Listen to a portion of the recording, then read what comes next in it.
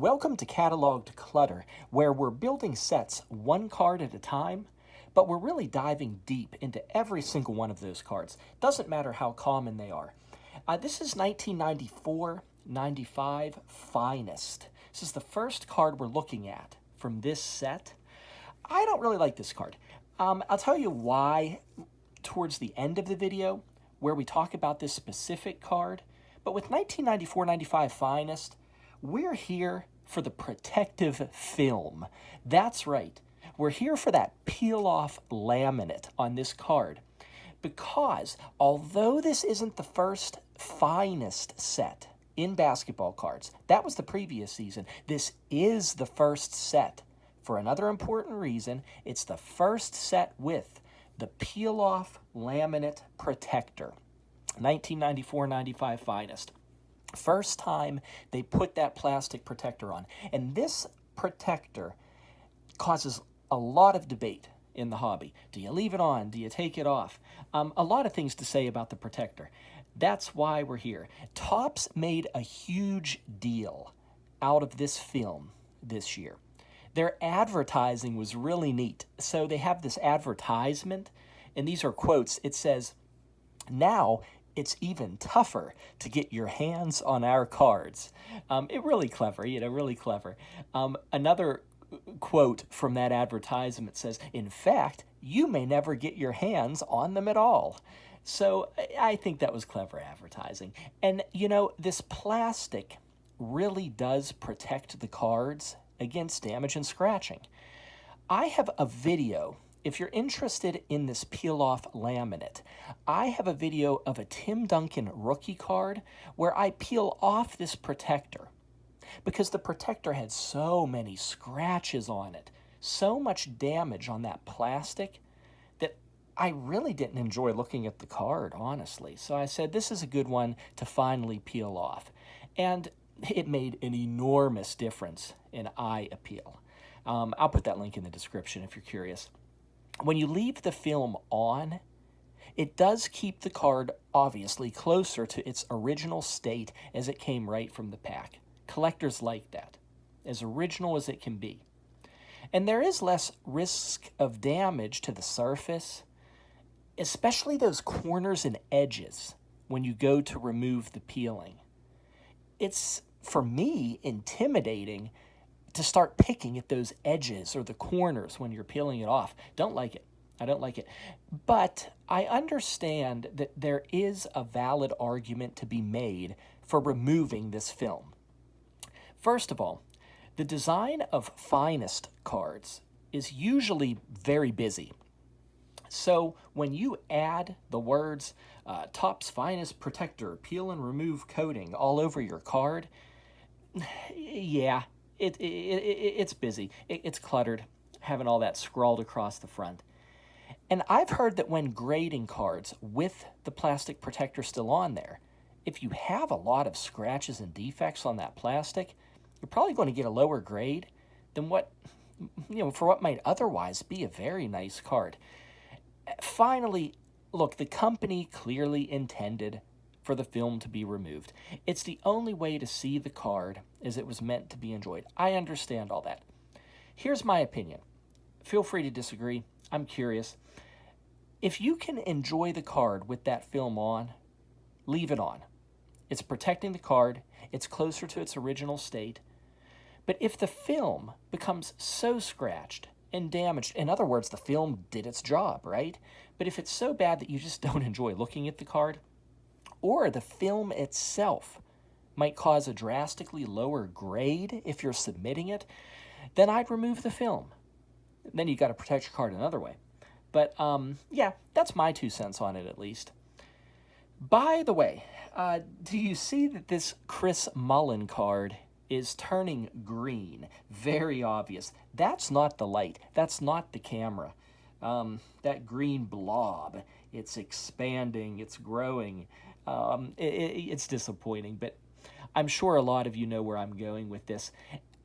This year, all that hype about this peel-off protector makes you even more sad when you see these chromium cards start to turn green.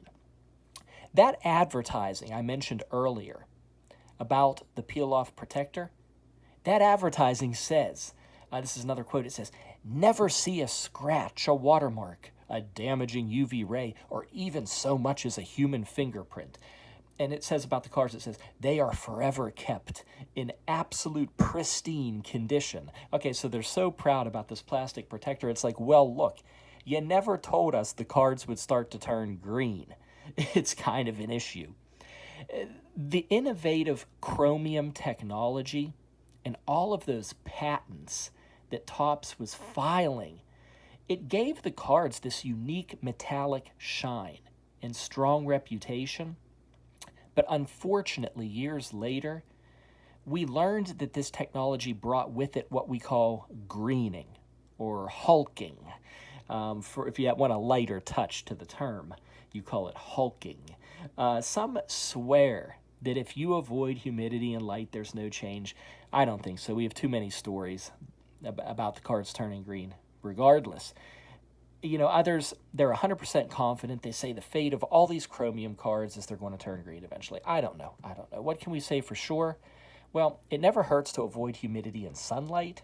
Whether this causes the greening or not, doesn't hurt to do that. Look, on a positive note, the 97-98 season appears to be the end of this greening. Many factors probably contribute to it, but there seems to be a reaction between the ink, the other materials in the card. They did make some changes. It looks like if the card was produced after 1998, you're not going to get this greening. Fingers crossed. Fingers crossed. Okay, so we talked about the protector. We talked about it turning green. Back to this exact card. Well, look, I don't particularly like it, or what they call this collegiate best. It's a subset in 94-95 finest. I actually prefer the base cards from 94-95 finest. You have these colored comet-looking things flying from the background. I like those cards. This card's blocky, and literally, it's blocky. You see all these blocks in the background. I guess they chose those blocks to show off the effect of depth that you could get with this new chromium technology that Topps was using. But these collegiate best cards, to me, make the set feel disorganized. In 94-95 finest, you already have the players scattered around. They're not grouped by team. They're just scattered throughout the set.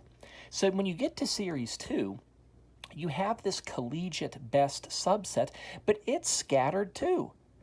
It's all over the place, and I think it's intrusive. I think it breaks up the set. These collegiate best cards, they're cards 200 to 209, and they're cards 225 to 234. And they're cards 250 to 259. And it's not done. They're cards 275 to 284. They're everywhere. So as you move through the set, you start to think, really? Again? Like, can't we have a different subset, a different theme? This Chris Mullin card, it finishes off, it's number 234. It's the end of that second group of collegiate best cards. And then finally, the theme of the card, this collegiate best, it kind of feels forced. I mean, look, obviously some of the best NBA players would be the best college players. Isn't that obvious? And many of the players in the subset, like this Chris Mullin, it's not like they even attended college recently. It's not like it's a rookie theme. And what's collegiate on this card? Obviously not the jersey he's wearing.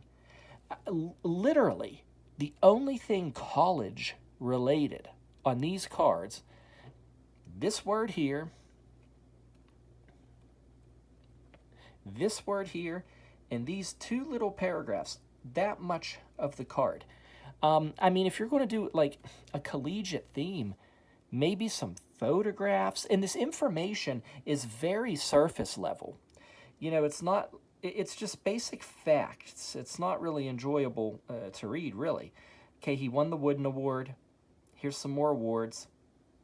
Led St. John's to the Final Four. And then it goes right into the professional highlights. So just that simple little list. I don't know. I think if you're going to do a subset called Collegiate Best, there was so much more you could do. That's all I really have to say about this particular card. What I wanted to talk about was that peel-off protector. 1994-95 finest. First year for the peel-off laminate.